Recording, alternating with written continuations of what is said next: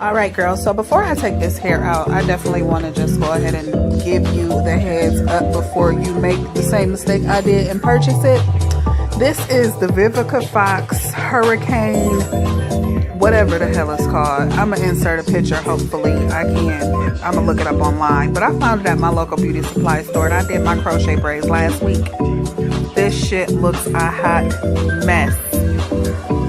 I don't know if maybe because it's colored or what, but it's frizzy. No, I'm not. It's frizzy. It just looks like I've had it in forever. So, and I can't even put my hands through it. It's so nappy. I can't believe it. I can't believe it. No, he's being funny, but I'm being serious. This hair is not at all worth the money. So, like I said, buyer beware.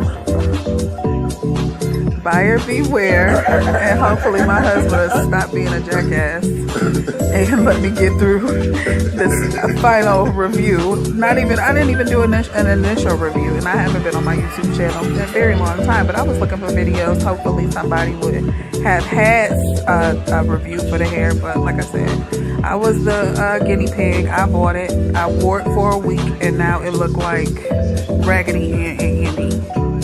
And like I said, maybe it's because it's colored, but could have been I had a bad batch.